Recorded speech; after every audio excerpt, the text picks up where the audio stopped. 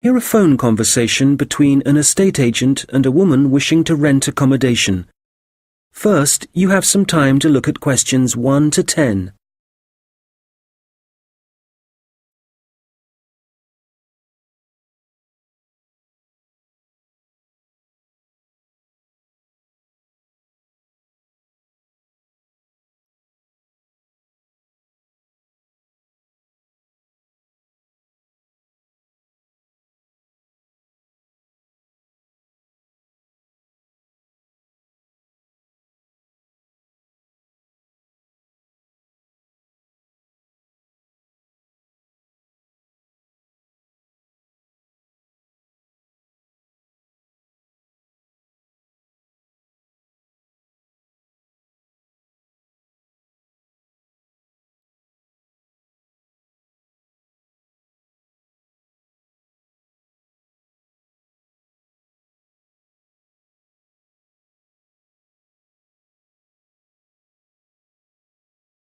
Fairfield Rentals, Andrew Williams.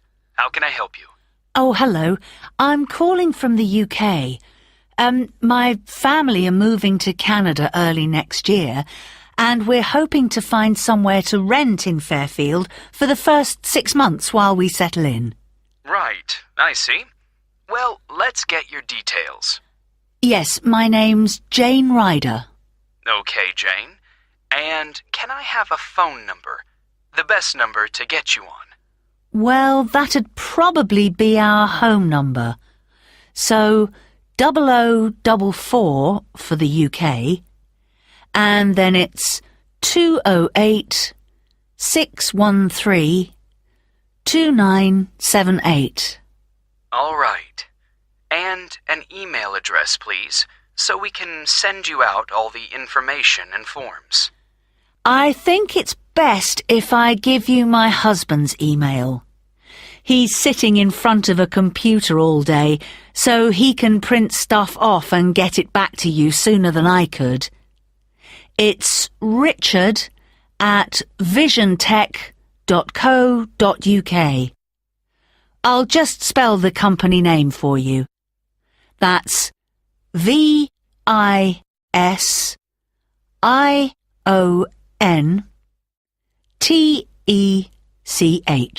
Great. And we have a question here about occupation. Richard's an IT specialist for an advertising company. They're transferring him to their Fairfield branch. Actually, just your job for now, thanks. Me? I'm a doctor at the hospital in our town. Okay, I'll put that down. Now, what kind of accommodation are you looking for? House? Apartment? An apartment, probably, as long as it has 2 bedrooms. There'll be me, my husband, and our 10-year-old son. And so with an apartment, you're less likely to get a garden. That's okay. But what about a garage? Is that something you'll want the apartment to have? Yes, that's definitely important. Okay, just a moment. I'll just make a note of that. But, before we go on, I should probably say now that what we don't need is any furniture, because we'll be shipping all that over, and I don't really want to pay for storage while we're waiting to buy a house. Not a problem. I'll make a note of that. Actually, though, just thinking about the kitchen, what can I expect from a rental property? I mean, what kind of equipment is provided? Well, the normal thing is that you get a stove. I think that's a cooker in British English. Okay, good to know. But how about a fridge? We'll be selling ours before we come, so if possible, we'd like the apartment to have one for when we arrive. I can certainly add that to the form.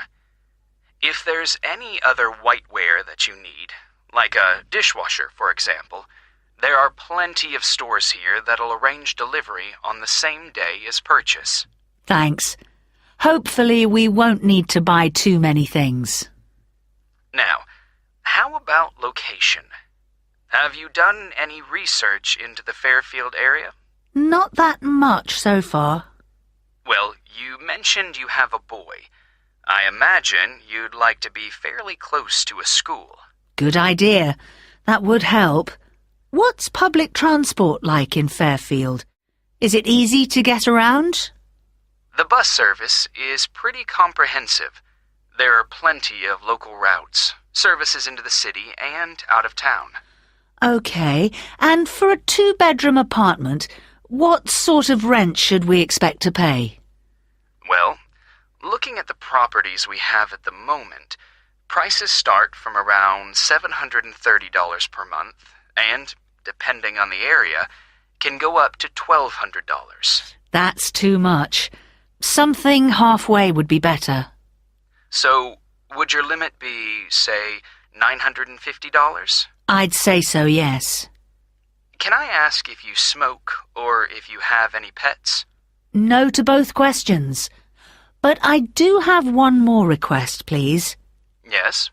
Well, I've also been offered a job at Victoria General Hospital, and I suspect I'll be working nights occasionally.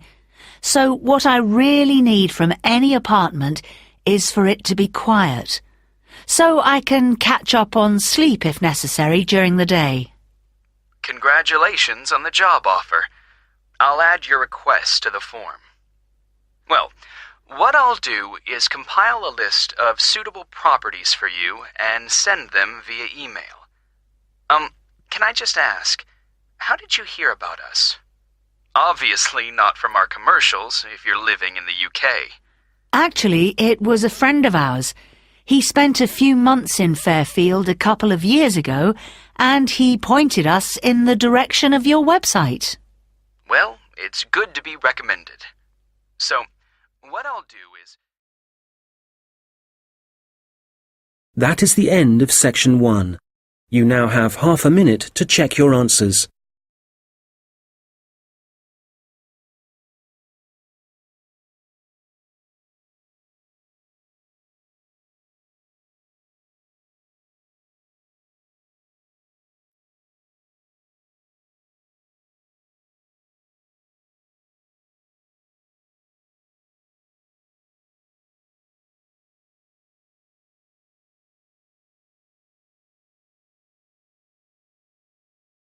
Now turn to section 2. You will hear a police officer giving advice on protection against local crime. First, you have some time to look at questions 11 to 15.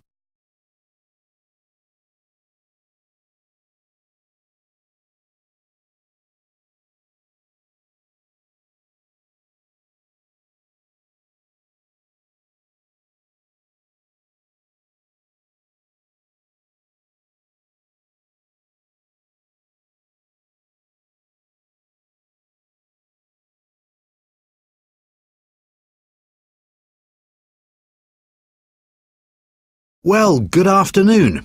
I'm Constable James MacDonald, and as you may know, I'm the community police officer for the local area. That means that, as part of my job, I try to get out in the community as much as possible, talk to the people that live in this neighbourhood, people like yourselves, and make sure there's an effective level of communication between the public and the police, hence the reason for this meeting. There have been several burglaries in the area in the last few weeks, and I'd like to talk about ways you can keep your home and property safe.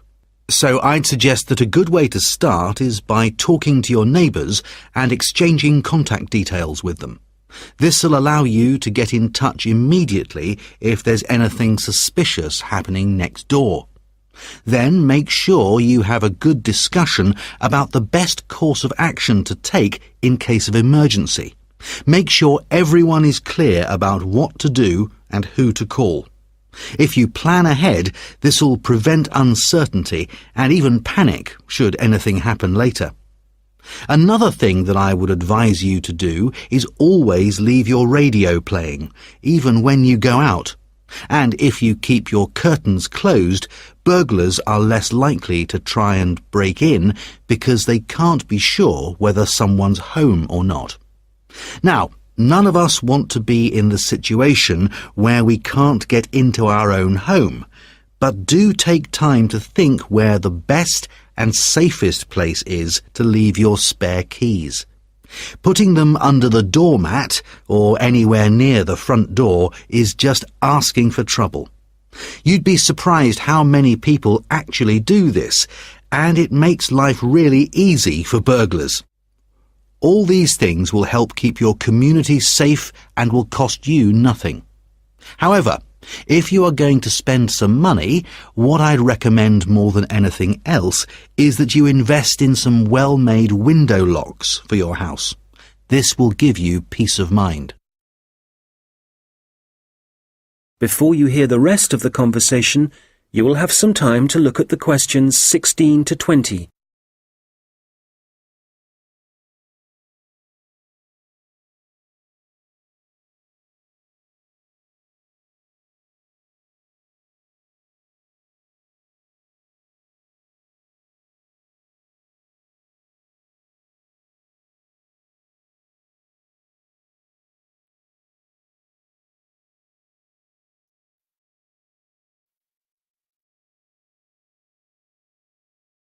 Now listen and answer questions 16 to 20. OK, moving on. Unfortunately, there's been an increase in the number of minor crimes and antisocial behaviour in the general area, and I want to talk about some specific prevention measures that are being proposed. First of all, the skate park. As you probably know, it's well used by younger people in our community, but unfortunately we're getting more and more reports of broken glass, making it especially dangerous for younger children. One possible solution here is to get rid of some of the trees and bushes around the park, making it more visible to passers-by and vehicles. If the vandals know they're being watched, this might act as a deterrent. As you will have heard, a couple of local primary schools have also been vandalised recently, despite the presence of security guards. The schools don't have the funds for video surveillance, so we need people in the neighbourhood to call their nearest police station and report any suspicious activity immediately. Please don't hesitate to do this. I expect most of you are familiar with the problems facing Abbotsford Street. It seems that no amount of warning signs or speed cameras will slow speeding drivers down. I'm happy to say, however, that the council have agreed to begin work over the next few months to put in a new roundabout. What else? Oh yes, the newsagent and the gift shop on Victoria Street were both broken into last week, and although no money was taken, the properties have suffered some serious damage. Access was gained to these shops through the small alleyway at the back of the properties. It's dark, and as you can imagine, no one saw the thief or thieves in action. So we've been advising shop owners along there about what kind of video recording equipment they can have put in. We'll then be able to get evidence of any criminal activity on film. The supermarket car park is also on our list of problem areas.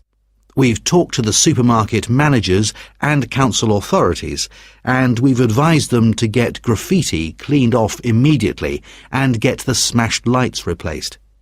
If you don't deal with this sort of thing at once, there's a strong possibility that the activity will increase and spread, and then it becomes... That is the end of section 2. You now have half a minute to check your answers.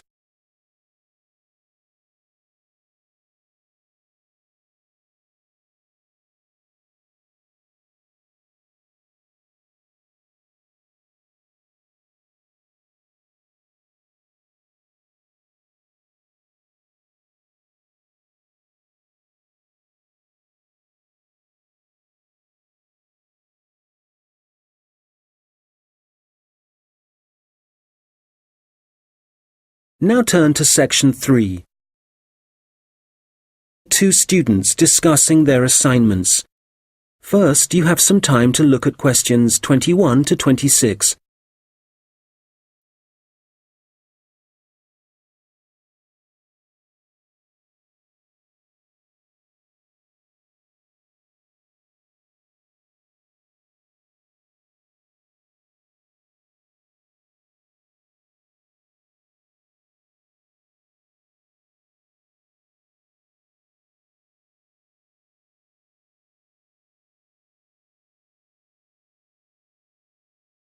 Hi, Mike. How's it going? Actually, I was up last night with an assignment, so yeah, I'm tired, but I guess we'd better sort this presentation out. Well, we've done enough background reading, but I think we need to organise exactly what we're going to say about biofuels during the presentation, and the order. I thought we could start by asking our audience what car engines were first designed to run on, fossil fuels or biofuels. Nice idea. Yes, when most people think about cars and fuel, they think about all the carbon dioxide that's produced, but they don't realise that that wasn't always the case. You're probably right. The earliest car engines ran on fuel made from corn and peanut oil, didn't they? Yes. The manufacturers used the corn and peanut oil and turned them into a kind of very pure alcohol. You mean ethanol? Yes. In fact, most biofuels are still based on ethanol. Actually, I've got some notes here about the process of turning plant matter into ethanol, the chemical reactions and the fermentation stages, and... It's interesting. The other students would appreciate it, but different biofuels use different processes, and if we give a general description, there's a risk we'll get it wrong, and then the tutor might mark us down. I'd rather we focus on the environmental issues. Fair enough. So, the main plants that are used for biofuel production now are sugarcane, corn... and canola. Of all of them, canola is probably the least harmful because machines that use it don't produce as much carbon monoxide. Sugarcane seems to be controversial. It doesn't require as much fertiliser as corn does to grow, but when they burn the sugarcane fields, that releases loads of greenhouse gases. Yes, but some critics have suggested that the production of corn ethanol uses up more fossil fuel energy than the biofuel energy it eventually produces. For that reason, I'd say it was more harmful to the environment. I see what you mean. You're probably right. It's interesting how everyone saw the biofuel industry as the answer to our energy problems, but in some ways, biofuels have created new problems. Well, in the USA, I wouldn't say that farmers are having problems. The biofuel industry, for them, has turned out to be really profitable. I think, though, that even in the USA, ethanol is still only used as an additive to gasoline or petrol. The problem is that it still has to be transported by trucks or rail because they haven't built any pipelines to move it. Once they do, it'll be cheaper, and the industry might move forward. That'll have to happen one day. At least the government are in favour of biofuel development. Yes, but Brazil's probably in the lead as far as biofuels are concerned. They've got to the point where they don't need to import any oil now. Which is great. And the industry in Brazil employs a huge number of people. But is it sustainable? I mean, as the population grows and there are more vehicles on the roads and there's more machinery, surely they can't depend so much on sugarcane. At some point, there has to be a limit on how much land can be used for sugarcane production. Certainly if you want to preserve natural habitats and native wildlife. I think that whatever problems Brazil's facing now, the same will be true for any country. You have to weigh up the pros and cons. Well, we probably won't see an increase in biofuel use. I mean, they won't replace fossil fuels until we can find ways to produce them cheaply and quickly, and with less cost to the environment. Making sure they require minimal energy to produce. Exactly. And in a way, that means they have to cost less than fossil fuels, certainly when you're filling up your car. Yes, and whatever other kind of engines use fossil fuels at the moment.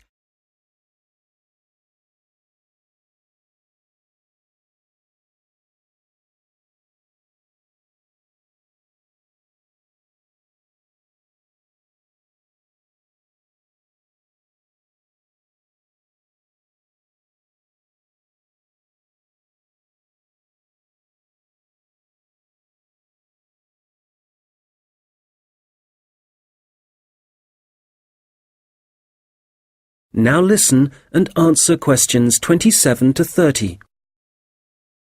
All right, so in the last section of the presentation, what problems are we focusing on? Well, we've already had a look at different types of pollution in the first section, so we can leave that out. But the biggest issue related to biofuels is that land is now being used to grow biofuel crops, and that's contributing to global hunger. Indeed. It doesn't seem right we're using corn to run cars when people can't afford to buy it to eat.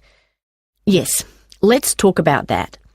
The other thing is that in some countries, the way that biofuel crops are grown and harvested still produces a great deal of pollution, really damaging to the atmosphere. OK, that's definitely an issue we should look at. Let's not finish on a negative note, though. Why don't we talk about the potential new sources of biofuel?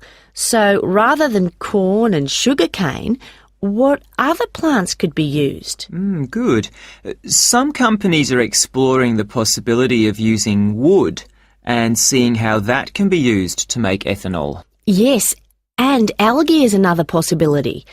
You can grow it in any water and it absorbs pollutants too. I read that. And grasses, they're another plant that researchers are investigating as a biofuel. And these kind of plants aren't used as food, which is why... That is the end of section 3. You now have half a minute to check your answers.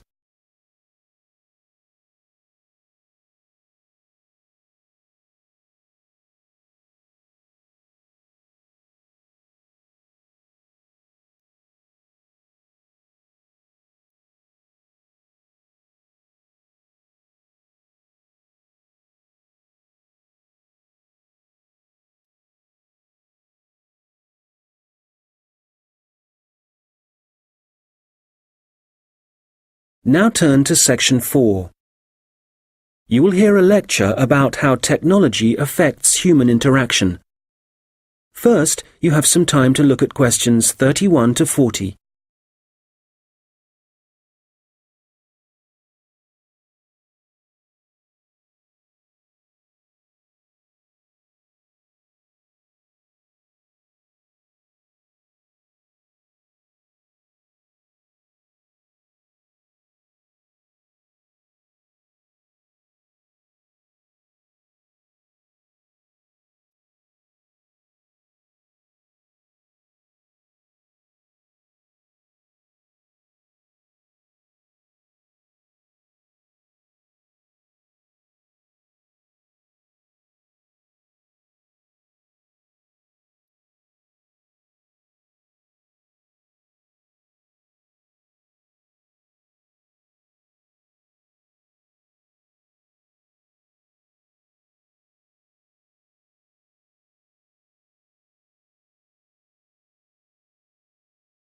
Good morning.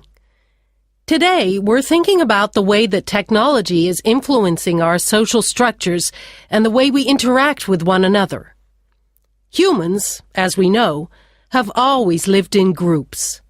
Without this arrangement, our species would have died out long ago. But now, the way we see and define our group is changing. I'd like to start by mentioning the research of American sociologist Mark Granovetter in 1973. It was Granovetter who first coined the term weak ties, which he used to refer to people's loose acquaintances. In other words, friends of friends. His research showed that weak ties had a significant effect on the behavior and choices of populations, and this influence was something highly important in the fields of information science and politics, and as you can imagine, marketing also. So, these friends of friends, people we might spend time with at social or work gatherings, might not be like us, but they can still have a positive influence because we share the same sort of interests. That's enough to make a connection, and this connection can turn out to be more beneficial than we might suspect. An example of this, an example of how the connection can influence us, is when our weak ties get in touch and pass on details about jobs they think might be suitable for us. Well, since Granovetter first came up with this theory, his work has been cited in over 19,000 papers. Some of these studies have looked at how weak tie networks are useful to us in other ways. And one thing that seems to improve as a result of weak tie influence is our health.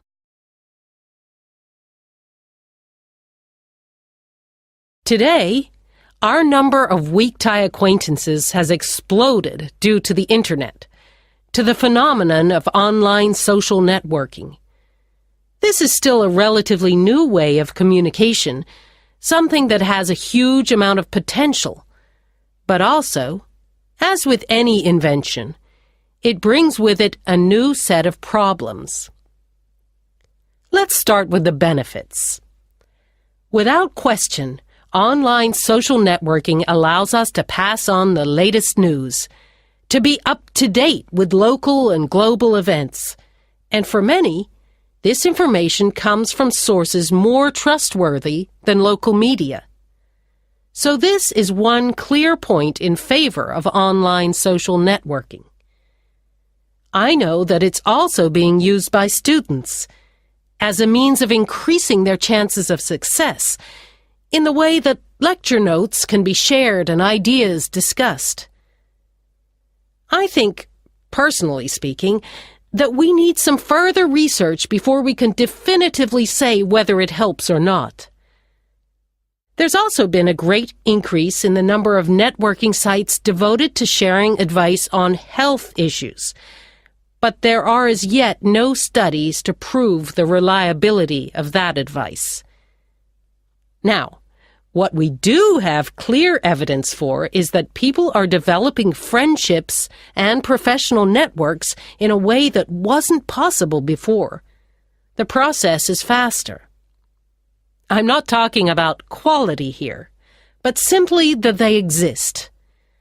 And it's debatable whether the number of online friends that you have increases your level of self-confidence. That's perhaps an area of research some of you might be interested in following up.